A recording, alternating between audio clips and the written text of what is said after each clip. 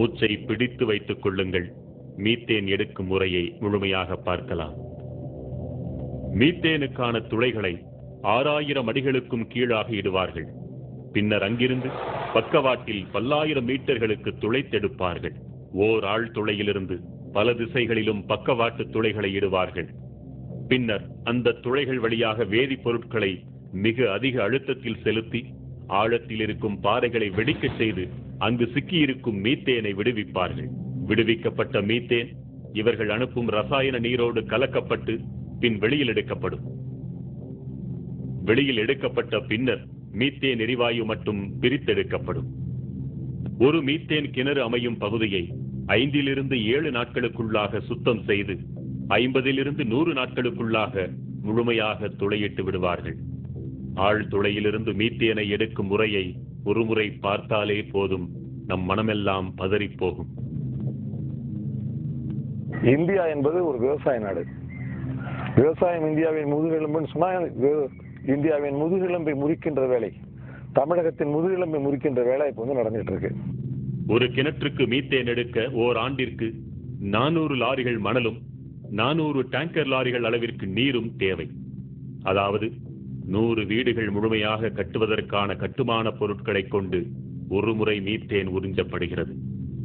ஒரு மீத்தேன் கிணற்றுக்கு மட்டும் 5 நாட்கள் நடக்கும் இந்த நீரியல் விரிசல் முறைக்கு 5,66,00,000 லிட்டர் தண்ணீர் தேவைப்படுகிறது. சோதனை முறையில் 50 கிணறுகளுக்கு மட்டும் கணக்கிட்டால் கூட 263 கோடி லிட்டர் தண்ணீர் தேவைப்படுகிறது. 50 கிணறுகளா என்று அவசரப்பட்டு வாயை பிளக்க வேண்டாம். நம்மை வாழ வைக்கும் தஞ்சை டெல்டா பகுதியில் சுமார் 2000 மீத்தேன் கிணறுகள் வரவிருப்பதாக புள்ளி விவரம் சொல்கிறது. அப்படியானால் அந்த 2000 கிணறுகளில் ஒரு முறை மீத்தேன் எடுக்க மட்டும் 4 TMC தண்ணீர் தேவைப்படும். 4 TMC நீர் என்றால் எவ்வளவு தெரியுமா? அதை கொண்டு சுமார் 40 லட்சம் பேருக்கு அன்றாடம் 100 லிட்டர் வீதம் ஆண்டு முழுவதும் பகிர்ந்தளிக்க முடியும். இன்னும் எளிமையாக சொல்வதென்றால் 40 லட்சம் பேருக்கு 365 நாட்களுக்கும் நாளொன்றுக்கு 5 குடம் தண்ணீர் வீதம் தர முடியும். மேட்டூர் அணையின் முழு கொள்ளளவான 80 TMC நீரை இந்த கிணறுகள் 4 மாதங்களில் குடித்து தீர்க்கும் என்றால் இதன் அபாயத்தை புரிந்து கொள்ளுங்கள். இந்த பகுதியில் முதலில் குடிநீர் இல்லாமலும் அடுத்தது விவசாயம் இல்லாமலும் படிப்படியாக இந்த பகுதி மக்கள் இந்த மண்ணை விட்டு வெளியேறுகின்ற நிலைமை ஏற்படும். கர்நாடகாவிடமிருந்து 10 TMC தண்ணீரை பெறுவதற்கே 20 TMC கண்ணீரை விட வேண்டிய நிலைமையில் இருக்கிறோம் நாம். என்றால் மீத்தேன் கிணறுகளுக்கு தேவையான நீர் அனைத்தையுமே காவிரியிலிருந்து மட்டுமே எடுப்பார்கள் என்று குழந்தை கூட நம்பாது. நிச்சயம் ஒட்டுமொத்த தமிழகத்தின் தண்ணீரும் இதற்காக உறிஞ்சப்படும். இப்படியே அடுத்து வரும் 30-40 ஆண்டுகளுக்கும் மீத்தேன் குடிக்கப் போகிறார்கள் என்றால் நம் இயற்கை வளங்கள் எவ்வளவு கொள்ளை போகும் என்பதை கற்பனையாவது செய்து பார்க்க முடிகிறதா? இது நமக்கும் நம் சந்ததிக்குமான குடிநீர் அல்லவா? தனியாரின் கொள்ளை லாபத்திற்காக கொடுத்துவிட்டு தண்ணீர் இல்லாமல் நாம் அலைய வேண்டுமா? தண்ணீருக்கு இந்த நிலை, மணலுக்கு என்ன நிலை என்பதை இனி பார்ப்போம். ஒரு கிணற்றுக்கு 400 லாரிகள் மணல் தேவைப்படுகிறது என்றால் இனி வரவிருக்கும் 2000 கிணறுகளுக்கு 8 லட்சம் லாரிகள் மணல் தேவை.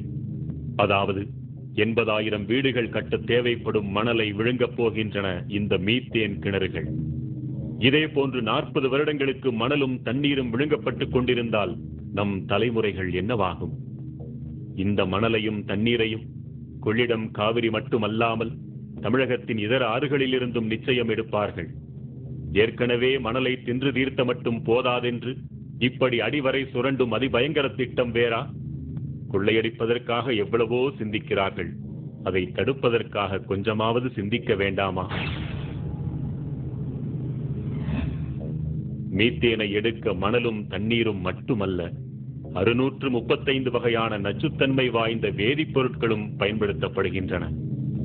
நச்சென்றால் சாதாரண நச்சல்ல, கதிரியக்கம் கொண்ட வேதிப்பொருட்கள் கலந்த நச்சு.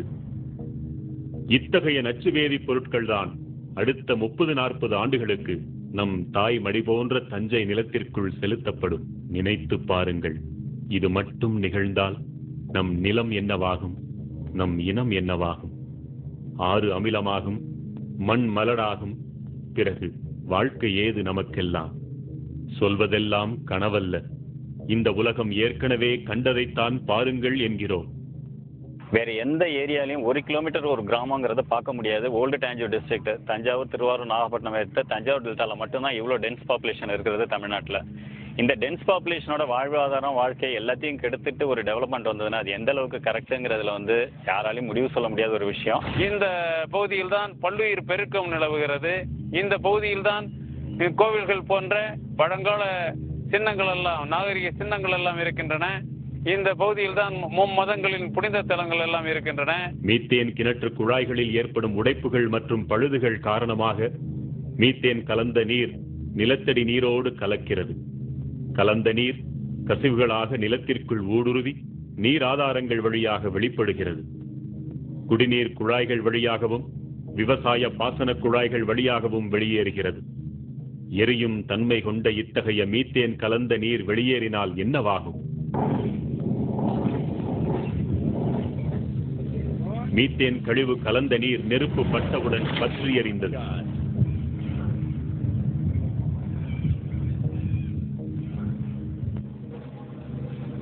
உங்கள் வீட்டு குழாய்களில் தண்ணீர் பற்றி எறியலாம், வீடெறியலாம், ஊரெறியலாம்.